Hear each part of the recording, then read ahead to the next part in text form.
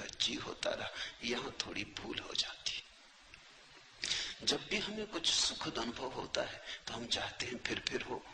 मनुष्य का मन है बड़ा कमजोर, आकांक्षा से भर जाता, लोभ से भर जाता, प्रलोभन पैदा होता। जो भी सुखद है उसे दोहराने का मन होता है। लेकिन एक बात ख्याल रखना, दोहराने में ही भूल हो जाती। जैसे ही तुमने चाहा फिर से हो, कभी ना होगा। क्योंकि जब पहली दफा हुआ था तो तुम्हारे चाहने से न हुआ था, हो गया था, घटा था, तुम्हारा कृत्य न था। यही तो अष्टावक्र का पूरा जोर है। सत्य घटता है, कृत्य नहीं, घटना है। सुनते सुनते हुआ था, तुम कर क्या रहे थे? सुनने का अर्थ ही होता है कि तुम कुछ भी ना कर रहे थे, तुम शून्य भाव से बैठे थे, तुम मौन थे, तुम सजग थे, तुम जागे हुए थे, सोए नहीं थे, ठीक। लेकिन तुम कर क्या रहे थे? तुम केवल ग्राहक थे। तुम्हारी चित्त की दशा दर्पण की तरह थी, जो आ जाए झलक जाए, जो कहा जाए सुन लिया जाए। तुम कुछ उसमें जोड़ ना रहे थे। अगर तुम जोड़ रहे होते तो जो घटी है बात वो कभी ना घटती। तुम व्याख्या भी ना कर रहे थे। भीतर बैठे बैठे तुम ये ना कह रहे थे कि हाँ ठीक है, गलत है, मुझसे मेल खाता नहीं मेल खाता, शास्त्र में ऐसा कहा है कि नहीं कहा है। तुम तर्क ना कर रहे थे। अगर तुम तर्क कर रहे थे तो ये घटना ना घटती। जिनने पूछा है, स्वामी ओम प्रकाश सरस्वती ने, उन्हें मैं जानता हूं। तर्क से उनका चित्त बड़ा दूर है, संदेह विवाद से बहुत दूर है। जा चुके वे दिन, कभी किया होगा तर्क, कभी किया होगा संदेह, जीवन के अनुभव से पक गए। अब नहीं, वो बचपना मन में रहा, इसलिए घटना घट सकी। सुन रहे थे, कुछ करना रहे थे, बैठे थे, बैठे बैठे हो गया। तो जब पहली दफा तुम्हारे बिना किए हुआ, तो दूसरी दफा अगर तुमने चाहा कि हो जाए तो बाधा पड़ जाएगी। चाहे तो उसके होने का कारण थी ही नहीं। इसलिए जब ऐसी अभूतपूर्व घटनाएं घटे तो चाहना मत। जब घटे आनंद भाव से स्वीकार कर लेना, जब न घटे तो शिकायत मत करना, मांगना मत। मांगे कि चूके, मांगने जबरदस्ती, आग्रह घटना चाहिए। एक दफा घट गया तो अब क्यों नहीं घटता? ऐसा रोज होता है। जब यहाँ लोग ध्यान करने आते, शुरू में ताजे और नए होते, कोई अनुभव नहीं होता, तो घट जाता है। ये बड़ी हैरानी की बात है। इसे तुम समझना, अष्टावक्र को समझने में इससे सहायता मिलेगी। ये मेरे रोज का अनुभव है। जब लोग नए ताजे आते और ध्यान का उन्हें कोई अनुभव नहीं होता तो घट जाता है। घट जाता तो आह्लाद से भर जाते, मगर वहीं गड़बड़ हो जाती। फिर मांग शुरू होती, आज जो हुआ कल हो, न केवल हो बल्कि और ज्यादा हो। फिर नहीं घटता। फिर वो मेरे पास आके रोते हैं, वो कहते हैं हुआ क्या, कहां भूल हो गई? पहले घटा, अब नहीं घट रहा है। भूल यही हो गई कि पहले जब घटा तो तुमने मांगा न था, अब तुम मांग रहे हो। अब तुम्हारा मन निर्दोष ना रहा, मांगने दूषित किया। अब तुम सरल ना रहे, अब तुम खुले ना रहे, मांगने द्वार दरवाजे बंद किए। आकांक्षा जग गई, आकांक्षा ने सब विकृत कर दिया, वासना खड़ी हो गई, लोभ पैदा हो गया। ऐसा रोज होता है। जो लोग बहुत दिन से ध्यान कर रहे हैं, बहुत तरह की प्रक्रियाएं कर रहे हैं, उन्हें ध्यान बड़ी मुश्किल से लगता है, उनका अनुभव बाधा बनता है। कभी कभी कोई चला आता है ऐसे ही तरंगों में बहता हुआ। कोई मित्र आता था, उसने कभी सोचा भी नहीं ध्यान का। कोई मित्र आता था, उसने सोचा चलो चले चले देखें क्या है, कुतूहलवश चला आया था। कोई वासना न थी, कोई अध्यात्म की खोज भी न थी, कोई चेष्टा भी न थी, ऐसे ही चला आया था। औरों को ध्यान करते देख तरंग आ गई, सम्मिलित हो गया, घट गए। चौंका आदमी, मैं तो आया ही नहीं था ध्यान करने और ध्यान हो गया। बस फिर अड़चन, अब दोबारा जब आता है तो आकांक्षा है, मन में रस से फिर से हो, लोभ है, पुनरुक्ति का भाव है। मन आ गया, मन ने सब खेल खराब कर दिए। जहां मन नहीं है वहां घटता है। ध्यान रखना, मन पुनरुक्ति की वासना है। जो हुआ सुखद फिर से हो, जो हुआ दुखद फिर कभी ना हो, यही तो मन है। मन चुनाव करता है, ये हो और ये ना हो, ऐसा बार बार हो और ऐसा अब कभी ना हो, यही तो मन है। जब तुम जीवन के साथ बहने लगते, जो हो ठीक, जो ना हो ठीक। दुख आए तो स्वीकार, दुख आए तो विरोध नहीं, सुख आए तो स्वीकार, सुख आए तो उन्माद नहीं। जब सुख और दुख में कोई सम होने लगता है, समता आने लगती है, जब सुख और दुख धीरे धीरे एक ही जैसे मालूम होने लगते हैं, क्योंकि कोई चुनाव न रहा, अपने हाथ की कोई बात न रही, जो होता है होता है, हम देखते रहते। इसको अष्टावक्र कहते हैं साक्षी भाव। और वो कहते हैं साक्षी भाव सदा तो सब सदा। साक्षी भाव साक्षी को जगाता, भीतर बाहर समता ले आता है। समत्व साक्षी भाव की छाया है। या तुम समत्व में उपलब्ध हो जाओ तो साक्षी भाव चला आता है। वे दोनों साथ साथ चलते, वे एक ही घटना के दो पैर या दो पंख हैं। उसी आकाश में भ्रमण करने का जी होता रहता है। इससे सावधान होना, मन को मौका मत देना कि ध्यान की घड़ियों को खराब करे। इसी मन ने तो संसार खराब किया, इसी ने तो जीवन के सारे संबंध विकृत किए, इसी मन ने तो सारे जीवन को रेगिस्तान जैसा रूखा कर दिया। जहां बहुत फूल खिल सकते थे वहां सिर्फ कांटे हाथ में रह गए। अब इस मन को अंतर यात्रा पर साथ मत लाओ, इसे नमस्कार करो, इसे विदा दो, प्रेम से सही पर इसे विदा दो। इससे कहो बहुत हो गया, अब हम न मांगेंगे, अब जो होगा हम जागेंगे, हम देखेंगे। जैसे ही तुमने मांगा फिर तुम साक्षी नहीं रह सकते, तुम भोक्ता हो गए। ध्यान के भी भोक्ता हो गए तो ध्यान गया। भोक्ता का अर्थ यह है कि तुमने कहा इसमें मुझे रस आया, इससे मुझे सुख मिला।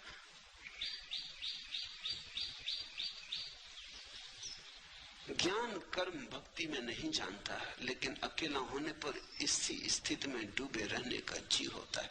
छोड़ो इस जी को और तुम डूबोगे इसी स्थिति में। अकेले ही नहीं, भीड़ में भी रहोगे तो डूबोगे, बाजार में भी रहोगे तो भी डूबोगे। ये स्थिति का कोई संबंध अकेले और भीड़ से नहीं है, मंदिर और बाजार से नहीं है, एकांत समूह से नहीं है। इस स्थिति का संबंध तुम्हारे चित्त के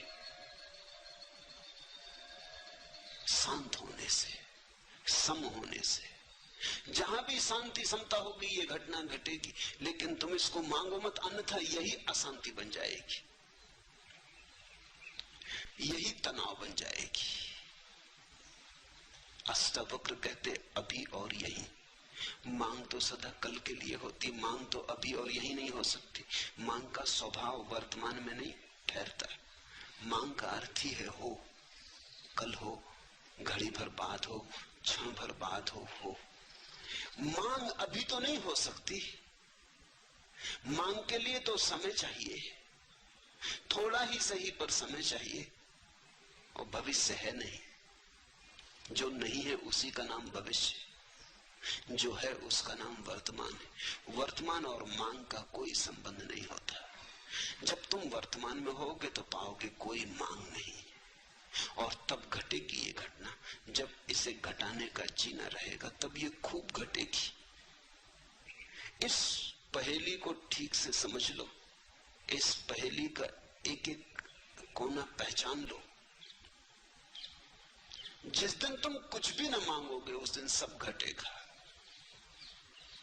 जिस दिन तुम परमात्मा के पीछे दीवाने होकर न दौड़ोगे वो तुम्हारे पीछे चला आएगा। जिस दिन तुम ध्यान के लिए आतुरता न दिखाओगे, तुम्हारे भीतर कोई तनाव न होगा, उस दिन ध्यान ही ध्यान से भर जाओगे। ध्यान कहीं बाहर से थोड़ी आता। जब तुम तनाव में नहीं हो तो जो तुम्हारे भीतर शेष रह जाता उसका नाम ध्यान है। जब तुम्हारे भीतर वासना नहीं है तो जो शेष रह जाता उसका नाम ध्यान है। झील है, तरंगें उठ रही, हवा के झकोरे हैं, झील का पूरी छाती तूफान से भर गई, आंधी है, सब उथल पुथल हो रही है। आकाश में चांद है पूरा, लेकिन प्रतिबिंब नहीं बनता क्योंकि झील कप रही। दर्पण कैसे बने? चांद का प्रतिबिंब बनता है, टूट टूट जाता, हजार हजार टुकड़ों में चांदी फैल जाती पूरी झील पर, लेकिन चांद का प्रतिबिंब नहीं बनता है। झील शांत हो गई, लहरें कहीं चली गई, लहरें कहीं से आई थी, लहरें झील की थी, फिर सो गई, झील में वापस उतर गई। झील अपनी स्थिर अवस्था में आ गई। वो जो चांदी की तरह फैल गया चांद था, झील की छाती पर सिकुड़ आया, एक जगह ठीक प्रतिबिंब बनने लगा। जैसे ही तुम्हारे मन की झील पे तरंग नहीं होती, तरंग यानी वासना, तरंग यानी मांग, तरंग यानी ऐसा हो और ऐसा ना हो। जब कोई तरंग मन की झील पे नहीं होती तो सत्य जैसा है वैसा ही प्रतिबिंबित होता है। तो जो बनता है चांद तुम्हारे भीतर, उसके सौंदर्य का क्या कहना, उसके रस का क्या कहना। रसधार बरसती, मिलन होता, फिर सुहागरात ही सुहागरात है। लेकिन तुमने मांगा कि चूक हो जाएगी, और मैं समझता हूं मांग बिल्कुल स्वाभाविक मालूम होती।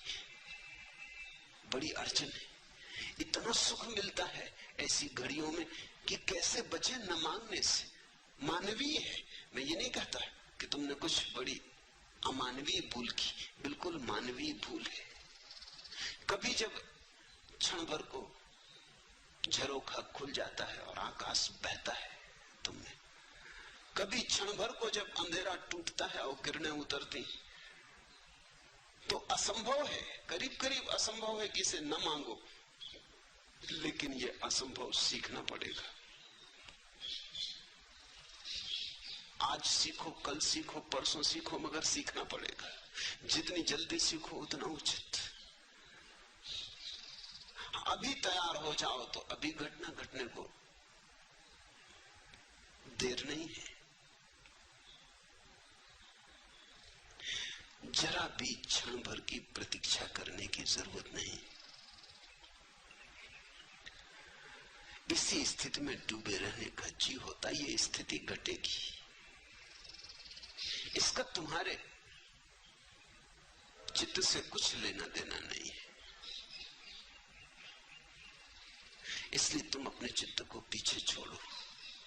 वो जब बीच बीच में आए तब उसे बार बार कह दो कि क्षमा करो, बहुत हुआ, काफी हुआ, संसार खराब किया, परमात्मा तो खराब मत करो। जीवन के सारे सुख विकृत कर डाले, अब ये अंतरतम के सुख आ रहे हैं, इन्हें तो विकृत मत करो। सजग रह के मन को नमस्कार कर लो, विदा दे दो। धीरे धीरे धीरे धीरे ऐसी घड़ी आने लगेंगी, तुम्हारे अनुभव से ही आएंगी। जब मन नहीं होगा तत्क्षण फिर वही झरोखा खुलता है, फिर बहती रसधार, फिर उतरता प्रकाश, फिर तुम आलोकित, फिर तुम मग्न, फिर तुम अमृत में डूबे। जब ऐसा बार बार होगा तो बात साफ हो जाएगी। तो फिर मन से तुम अपने को दूर रखने में कुशल हो जाओगे। जब घटे तब घट जाने देना, जब न घटे तब शांति से प्रतीक्षा करते रहना। आएगा, जो एक बार आया है बार बार आएगा। तुम भर मत मांगना, तुम भर बीच में मत आना, तुम भर बाधा मत देना। लेकिन कभी कभी ये भाव भी उठता है कि कहीं ये मेरा पागलपन तो नहीं। बुद्धि ऐसे भाव भी उठाएगी, क्योंकि बुद्धि ये मान ही नहीं सकती कि आनंद हो सकता है। बुद्धि दुख से बिल्कुल राजी। बुद्धि ने दुख को पूरी तरह स्वीकार किया है, क्योंकि बुद्धि दुख की जन्मदात्री। अपनी ही संतान को कौन स्वीकार नहीं करेगा। तो बुद्धि मानती है दुख है तो बिल्कुल ठीक है। लेकिन महासुख, जरूर कहीं कोई गड़बड़ हो गई। ऐसा कहीं होता है, कोई कल्पना हो गई, कोई सपना देखा, किसी देवा स्वप्न में खो गए, किसी सम्मोहन में उतर गए, जरूर कहीं कुछ पागलपन हो गया है। बुद्धि ऐसे बार बार कहेगी, इसे सुनना मत, इस पर ध्यान मत देना। अगर इस पर ध्यान दिया तो वे घटनाएं बंद हो जाएंगी, वे द्वार झरोखे फिर कभी ना खुलेंगे। एक बात ख्याल में रखना, आनंद सत्य की परिभाषा है। जहां से आनंद मिले वही सत्य है। इसलिए तो हमने परमात्मा को सच्चिदानंद कहा है। आनंद उसकी आखिरी परिभाषा है। सत्य से भी ऊपर, चित्त से भी ऊपर आनंद को रखा है, सच्चिदानंद कहा है। सत्य एक सीढ़ी नीचे, चित्त एक सीढ़ी नीचे, आनंद परम। जहां से आनंद बहे, जहां से आनंद मिले, फिर तुम चिंता मत करना, सत्य के करीब हो। जैसे कोई बगीचे के करीब आता है तो हवाएं ठंडी हो जाती, पक्षियों के गीत सुनाई पड़ने लगते, शीतलता अनुभव होने लगती। तो बगीचा दिखाई भी ना पड़े तो भी वह अनुभव में आने लगता है कि राह ठीक है, बगीचे की तरफ पहुंच रहे हैं। ऐसे ही जैसे ही तुम सत्य की तरफ पहुंचने लगते हो, आनंद झरता है, शीतल होने लगता मन, संतुलन आने लगता, सहिष्णुता बढ़ती है, सुख बढ़ता है, एक उमंग घेरे रहती अकारण। कोई कारण भी दिखाई नहीं पड़ता, न कोई लॉटरी मिली है, न कोई धंधे में बड़ा लाभ हुआ है, न कोई बड़ा पद मिला है। ऐसा भी हो सकता था पद था वो भी गया, हाथ में जो था वो भी खो गया, धंधा भी डूब गया, लेकिन अकारण एक उमंग है कि भीतर कोई नाचे जा रहा है कि रुकता ही नहीं। तो बुद्धि कहेगी कहीं पागल तो नहीं हो गया। ये तो पागलों के लक्षण है। ये बड़ी अजीब दुनिया है, यहाँ सिर्फ पागल ही प्रसन्न दिखाई पड़ते। इसलिए बुद्धि कहती पागल हो गए होगे, क्योंकि यहाँ पागलों के सिवा किसी को प्रसन्न देखा है। यहाँ हजार कारण होते तब भी आदमी प्रसन्न नहीं होता। बड़ा महल हो, धन हो, संपत्ति हो, सुख सुविधा हो, तब भी आदमी प्रसन्न नहीं होता। ये दुनिया दुखी लोगों की दुनिया है, मगर दुखी लोगों की भीड़ है। यहां अगर तुम हंसने लगो अकारण तो लोग कहेंगे पागल हो गए। अगर तुम कहो कि हंसी आ रही कोई कारण नहीं, फैली जा रही, भीतर से उठ रही, लहर आ रही, लोग कहेंगे बस दिमाग खराब हो गए। यहां तुम शक्ल बना के चलो, उदास रहो, तुम्हारी शक्ल देख के भूत प्रेत भी डरे, तो बिल्कुल ठीक हो, तो कोई अड़चन नहीं है, तो सब ठीक चल रहा है। तुम आदमी जैसे आदमी हो, जैसा आदमी होना चाहिए वैसे आदमी हो। लेकिन तुम मुस्कुराने लगो, तुम हंसने लगो, तुम गीत गुनगुनाने लगो, तुम राह के किनारे खड़े होकर नाचने लगो, बस तुम पागल हो गए। परमात्मा को हमने इस भांति इंकार किया है कि अगर परमात्मा आए तो हम उसे पागल खाने में बंद कर देंगे। शायद इसी कारण नहीं आता, आने से डरता है। तुम जरा सोचो, कृष्ण अगर मिल जाएं चौराहे पर, बांसुरी बजाते, मोर मुकुट बांधे, पीतांबर डाले, गोपियां नाचती हो, क्या करोगे? तत्क्षण पुलिस थाने जाओ, ये क्या हो रहा है? जो नहीं होना चाहिए वो हो रहा है। तुम इस आदमी को जेल खाने में डालोगे। आनंद निष्कासित कर दिया गया है। हमने आनंद को जीवन के बाहर कर दिया है। हम दुख को छाती से लगा के बैठे। यहां दुखी आदमी बुद्धिमान मालूम होता है, यहां आनंदित आदमी पागल मालूम होता है। सारी सरणी उल्टी है।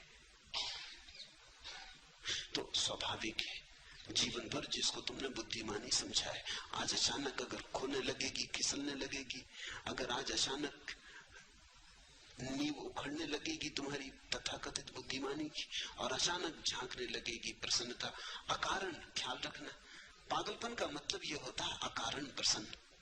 कारण भी नहीं है कुछ, बैठे हैं अकेले और मुस्कुराहट आ रही है, बस पागल हो गए। क्योंकि ऐसा तो हमने सिर्फ पागलों को ही देखा है। ध्यान रखना, पागलों में और परमहंसों में थोड़ा सा संबंध है। पागल भी हंसते हैं, प्रसन्न होते हैं क्योंकि बुद्धि गंवा दी। परमहंस भी हंसते हैं, प्रसन्न होते हैं क्योंकि बुद्धि के पार आ गए। दोनों, पागल बुद्धि से नीचे गिर जाता है इसलिए हंस लेता है, परमहंस बुद्धि के पार चला जाता है इसलिए हंसता है। दोनों में थोड़ी समानता है।